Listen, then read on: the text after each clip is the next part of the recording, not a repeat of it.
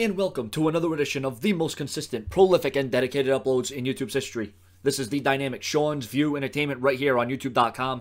Make sure to like this video and subscribe with the latest backstage news and developments as it concerns Seth Rollins' curb stomp and Vince McMahon's feelings on the move. Now, as many of my subscribers and viewers know, I have been here following all the news, rumors, and gossip. I have been following the latest updates as it concerns the curb stomp, the speculation on it being banned, or it only being used on occasion or for special effects. What is the newest details? Well, according to DWN, link source proof in the description of the video, regarding WWE World Heavyweight Champion Seth Rollins no longer using the curb stomp as his main finisher, another factor for the change was Vince McMahon was not liking the move himself.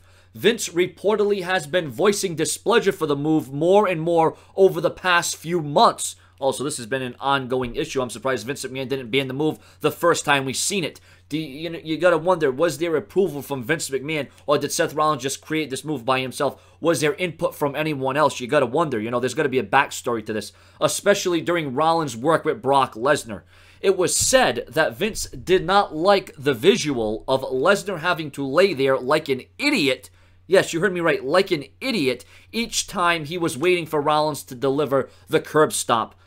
Following WrestleMania 31, Vince McMahon made the decision and put out an edict that Rollins needs a new finisher as soon as possible.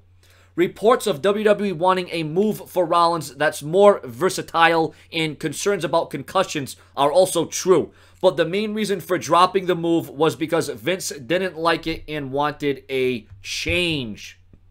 Once again, there's rumors all over the internet whether or not we'll see this move on occasion, or whether it's banned altogether, or whether you'll just see this at pay-per-view events, or when Seth Rollins, maybe it'll mean more if Seth Rollins does hit this move again. But I liked the move. I think it presented something different for Seth Rollins. I think it was a move that really set Seth Rollins out from the pack, and I don't understand Vince's logic. I don't understand Vince's reasoning. I mean, here's a mastermind.